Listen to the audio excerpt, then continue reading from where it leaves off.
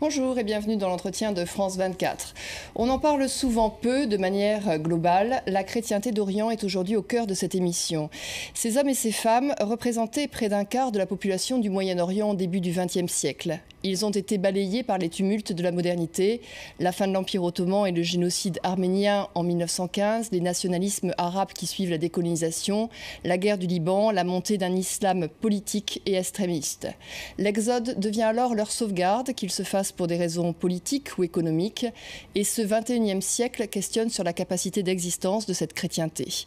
Antoine Fleifel, bonjour. Vous êtes maître de conférence à l'Université catholique de Lille. Vous êtes un philosophe, théologien franco-libanais et vous avez écrit cet ouvrage, Géopolitique des chrétiens d'Orient, pour poser la question justement de cette chrétienté très différente selon les pays. Mais je vais commencer par l'actualité et vous demander ce que vous pensez en fait des chrétiens qui sont sous les feux de la rampe aujourd'hui, la chrétienté qui est en Syrie. C'est vrai que c'est un sujet qui fait couler beaucoup d'encre. La première chose à savoir, c'est que les chrétiens en Syrie subissent ce que tous les Syriens subissent. Ils n'ont pas un cas particulier. Les Alaouites, les Sunnites, les quelques chiites et les druzes subissent les atrocités de la guerre. Après, on parle beaucoup des allégeances de ces chrétiens au régime. Elles sont réelles. La majorité de ces chrétiens, paraît-il, selon toute vraisemblance, appuient ce régime. Mais il faut savoir pourquoi. Pour au moins deux raisons.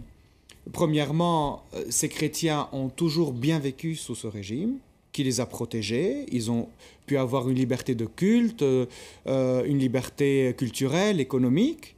Et aussi, ils y sont pour quelque chose, parce que c'est l'un des leurs qui a fondé cette idéologie du parti Baas. Alors certes, cette allégeance au régime, ou cette protection du régime avait un prix, et ce prix était être fidèle jusqu'au bout. Il paraît que les chrétiens ont été fidèles sans faire beaucoup d'efforts, parce qu'ils étaient convaincus de cette idéologie. Et il faut ajouter aussi une chose durant ce conflit actuel. Alors pourquoi la majorité des chrétiens aussi a eu des difficultés à adhérer à la dite révolution ou révolte? Parce que dès son début, le caractère islamique était évident. Les premières manifestations sortaient vendredi, après la prière de la mosquée, sous les cris de Dieu est grand, Allahu Akbar en arabe. Et au fur et à mesure, cette facture islamique de la révolte ou de l'insurrection armée est de plus en plus évidente, et les chrétiens en Syrie ne peuvent pas adhérer à cela. Mais avec tout ça, ça ne veut pas dire qu'ils sont pour la dictature ou qu'ils sont pour un totalitarisme et qu'ils ne revendiquent pas une démocratie ou des droits de l'homme. Mais il faut lire tout ce qui se passe avec beaucoup de subtilité et en profondeur.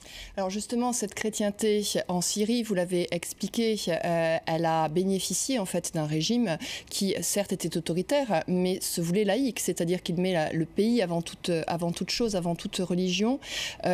Aujourd'hui, vous voyez leur avenir comment? C'est-à-dire que est-ce que ça va pousser là encore à un exode de plus en plus important des chrétiens? C'est un peu les témoignages que l'on a, hein. Les chrétiens en Syrie partagent avec les autres Syriens l'avenir de la Syrie. Je ne peux pas vous dire quel est leur avenir parce que j'ignore l'avenir de la Syrie, mais je crois que comme les autres, ils vont devoir subir les conséquences de ce qui va se passer. Mais le seul problème, c'est leur poids démographique. C'est le même problème qu'il y a en Irak. C'est que, étant minoritaires, représentant 5 ou 6%, nous sommes loin des 10% qui sont toujours proclamés, les 5 ou 6%, lorsqu'il y a un grand problème et qui sont affaiblis démographiquement, ça se sent beaucoup plus que sur une communauté, par exemple, comme la communauté sunnite qui représente plus de 70%, voire 80% de la population syrienne. Alors vous venez de parler de l'Irak, j'ai très envie d'aller de ce côté-là de la frontière, parce qu'en fait l'Irak est intéressant, c'est vraisemblablement ce qui se passe en Irak dans ces violences et dans ces exactions qui peut faire peut-être peur aux chrétiens de Syrie, et puis surtout ce qui est intéressant c'est que l'un et l'autre partagent le fait qu'ils ont été protégés à un moment donné par l'idéologie du parti Baas. Alors premièrement il faut faire une différence entre la protection du parti Baas en Irak et celle qu'il y a en Syrie. Non, le parti Baas protégeait peut-être un peu les chrétiens. On dit qu'ils vivaient bien par rapport à la période qui était avant et après, mais ce n'était pas le paradis en Irak. Mais ce n'est pas notre sujet.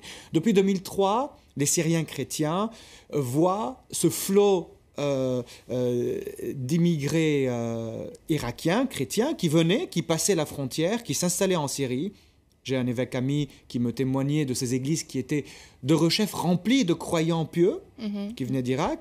Il voyait ce flot qui transitait par la Syrie pour repartir après au Liban et voyager en Australie, aux États-Unis. Depuis, il se pose la question. Maintenant, c'est l'Irak. Est-ce qu'après, ce sera notre tour? Et malheureusement, les événements montrent que les choses se sont avancées vers la Syrie et que c'est effectivement leur tour, et ils ont peur aussi d'être dans des situations qui sont plus désastreuses que celle-ci, si jamais des factions islamiques prennent vraiment le dessus dans le cadre de ce qui se passe en Syrie. Parce que l'Irak est effectivement très menacé, hein, c'est-à-dire à un moment donné, vous racontez les violences qu'il y a dans le pays, elles sont extrêmement fortes. Hein.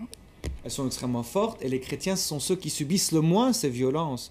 Parce que pour chaque chrétien qui meurt en Irak de violence, il y a 10, 20, 30, voire 100 musulmans qui meurent, des sunnites et des chiites. La violence est généralisée. C'est le poids démographique, en fait. C'est le poids démographique, et c'est ce qui fait que le seul pays du Proche-Orient arabe, parmi les 6 que je traite, où il y a vraiment un danger sérieux de l'extinction du christianisme d'ici 10 ou 20 ans si les choses ne changent pas, c'est l'Irak, parce que le poids démographique est en train d'atteindre des taux extrêmement faibles. Je crois que nous sommes à moins de 1% de chrétiens en Irak, quelques 200 000 ou peut-être moins. Donc effectivement, un nombre pas très important de chrétiens, donc effectivement peu de sécurité aussi. Si on va de l'autre côté d'une frontière syrienne, si on regarde du côté de l'Égypte, là la question est tout autre, mais elle est aussi intéressante parce qu'effectivement la chrétienté égyptienne est différente. Son problème, c'est un problème plus politique.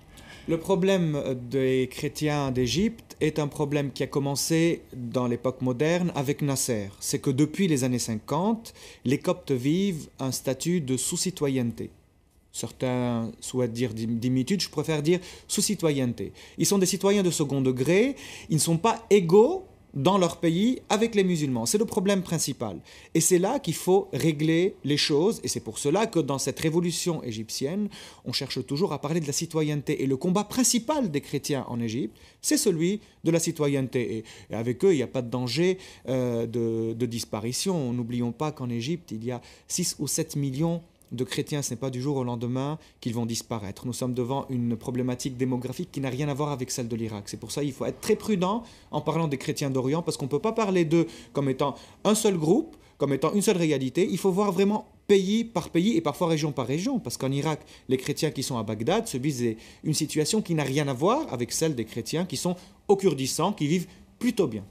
Revenons en Égypte. Vous avez expliqué effectivement ce problème de sous-citoyenneté, hein, qui a un temps on payait un impôt quand on était chrétien en Égypte. Aujourd'hui, comment vous expliquez ces images que l'on voit en fait de populations violentées, parce qu'il y a régulièrement, là encore, des violences, des émeutes. On s'en prend aux églises, on s'en prend à la population. Alors il faut voir qui est en train de mener ces violences. Les gens qui mènent ces violences sont des gens qui croient en une idéologie, et je dis bien idéologie islamiste.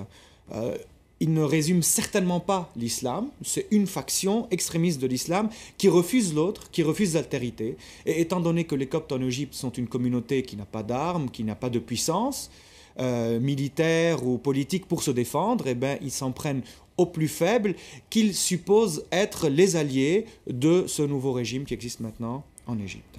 Alors quand on parle de la chrétienté d'Orient, forcément on parle du Liban. Ça, c'est un pays qui compte beaucoup de chrétiens, et donc là les chrétiens sont implantés politiquement et ils sont beaucoup moins, vous disiez que les Égyptiens étaient sous-citoyens, c'est pas du tout le cas au Liban.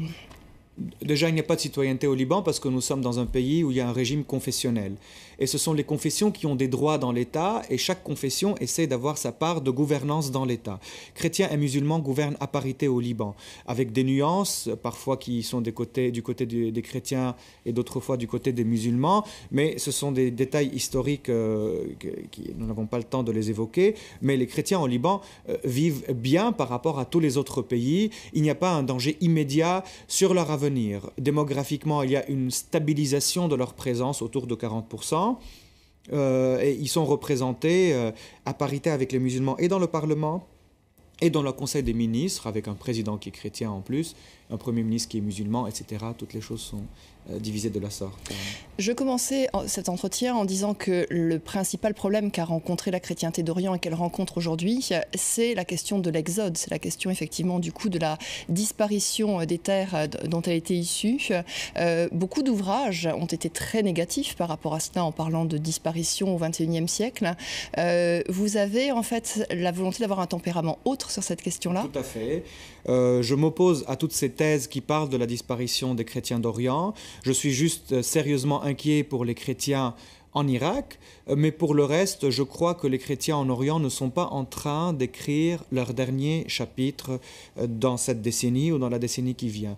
Il y a certainement beaucoup de souffrances qui sont vécues en Orient et ils partagent cette souffrance avec les musulmans et avec les autres aussi, avec les Druzes. Mais je ne crois pas que c'est la fin pour les chrétiens d'Orient. Et d'ailleurs, dans mon livre, j'essaie de montrer pourquoi je n'y crois pas. Parce que l'islam politique, pour moi, c'est un passage, il ne va pas durer. Et donc vous pensez que derrière, les chrétiens retrouveront voix ? Oui, certainement. Les chrétiens d'Orient sont attachés à leur terre. C'est leur terre, ils sont attachés à l'arabité, à cette culture qui est la leur. Et lorsqu'ils veulent partir, c'est vraiment parce que les conditions sont extrêmes. Et nous sommes face à ces conditions extrêmes en Irak, mais pas ailleurs. Merci beaucoup Antoine Fleffel pour cette explication. Donc vous avez écrit ce livre Géopolitique des chrétiens d'Orient. C'est la fin de cet entretien. Bonne suite de programme sur France 24.